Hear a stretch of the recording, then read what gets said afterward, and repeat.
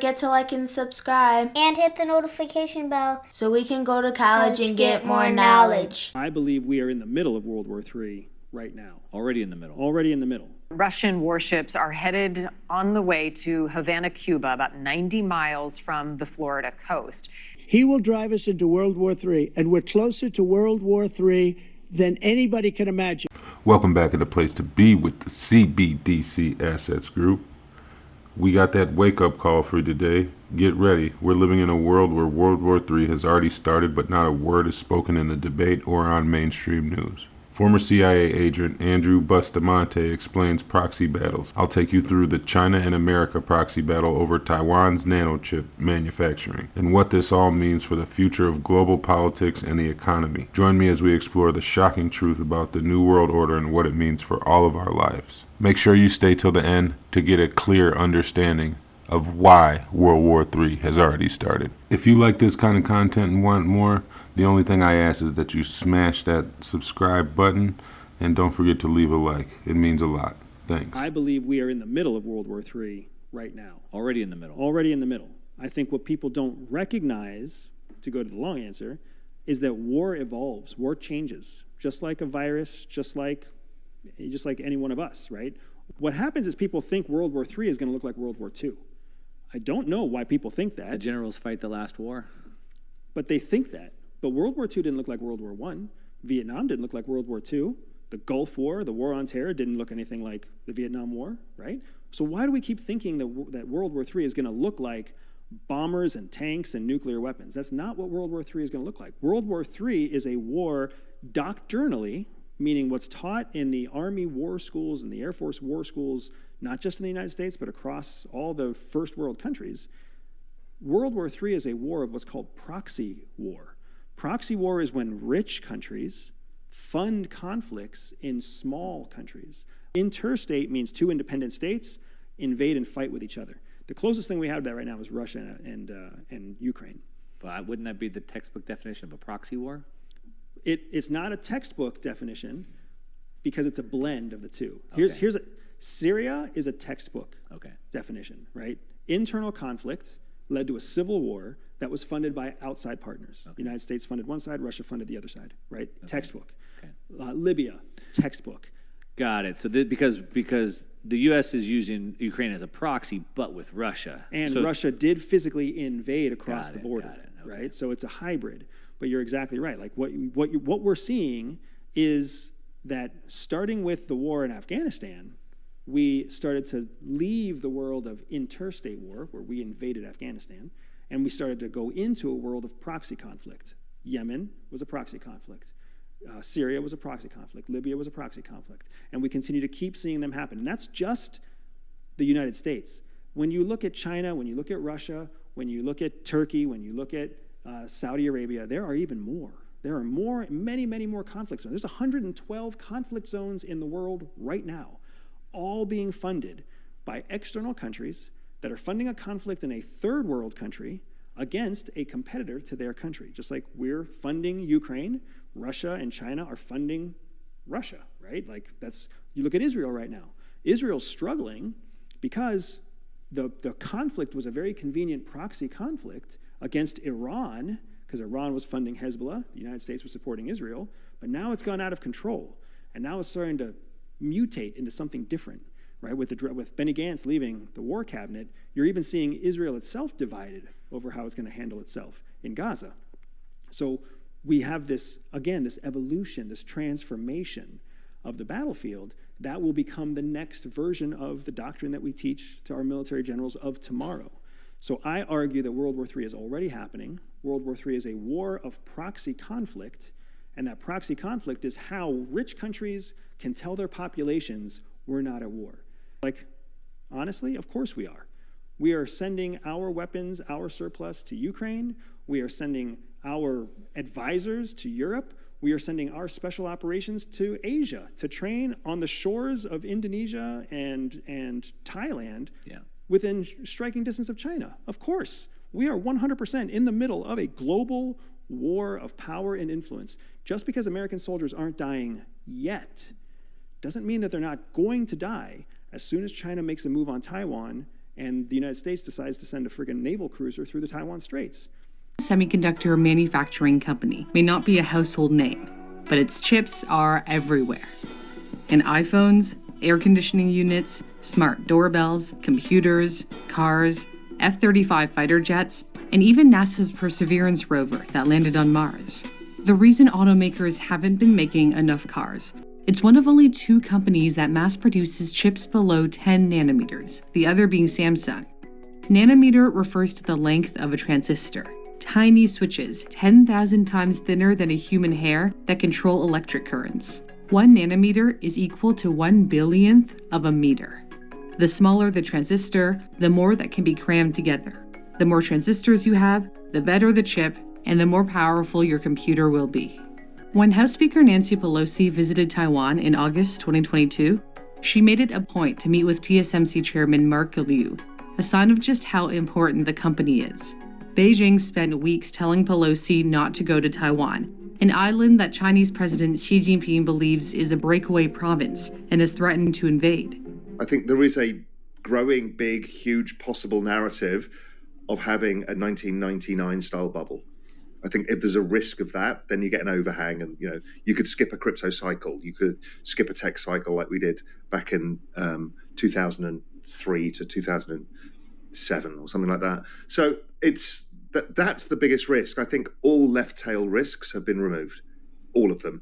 I actually personally believe that China and the US are agreeing or have agreed to negotiate Taiwan in exchange for Taiwan semi. There's no other outcome that can happen without them going to war. And actually, they can't afford that war. Nobody can. I've been observant of Gavin Newsom and that weird trip to China. Now, Gavin Newsom going to China, normally he'd be met with somebody lower down. He meets with Xi. There is only one reason he's coming with the gift. The gift is, let's talk Taiwan. Then Gavin brings Xi back to the United States. When they're saber rattling at each other, Xi suddenly turns up in San Francisco, of all places, not even DC. And Newsom is geopolitically squeaky clean. He's not involved in anything. So he's gone there like, I've got no beef with you guys. I'm just a tech guy here over in California. Let's talk Taiwan semi, let's talk Taiwan. And the US is building 3 Taiwan semi plants. Germany's building 1, Japan's building 1. They're probably all built within the next 4 to 5 years. Then everybody's got the technology that can be shared. And I believe that if they say to China, listen, let's organize something here. You can have Taiwan and Taiwan semi. We'll split Taiwan semi. We'll go our own ways, split AI amongst 2. When you follow that through, it's been interesting. Then she did a little tour of Europe and met all met Macron and others there. They need to warm up this whole equation. What does Europe want the most? It's really interesting when you follow this. What does Europe want the single most? Is Russia out of its doorstep. What happens? She goes straight back from France. First meeting, Putin flies straight over to see him, comes back and says, yeah, we were wrong. It wasn't the Ukrainians who bombed the concert hall. It was ISIS. Begin tonight with the breaking news out of Moscow, where a shooting attack has left at least 40 dead and over 100 injured. That's according to Russian state news agencies. This is what we know right now. The attack occurred at Crocus City Hall, a large concert venue northwest of central Moscow. If you've watched my videos for any amount of time, you'll notice I'm big on narrative, right?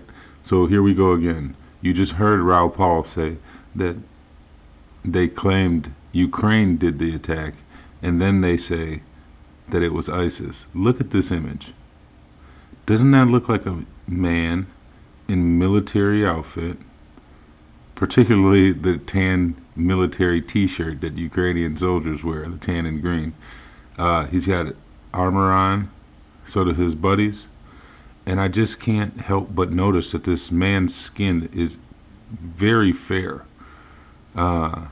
which isn't common from somebody that spends all day in the sun where ISIS is from. So ISIS did it. You do the math.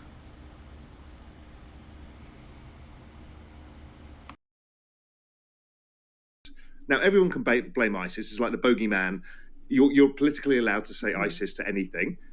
So that was interesting. And then he started leaking that we're prepared to negotiate not expanding territory in Ukraine and we'll call it a day. That's the single most important thing to the Europeans. So I have a feeling we have a probability that is increasing that we've reduced the biggest left tail risk in the world, and nobody yet knows this. And if that's the case, that's going to ignite a super bubble. Chinese chip innovation is growing by leaps and bounds. In 2020, Chinese firms were still struggling to get below 40 nanometers. Today, leading Chinese chip company SMIC is said to have successfully made a 7-nanometer chip.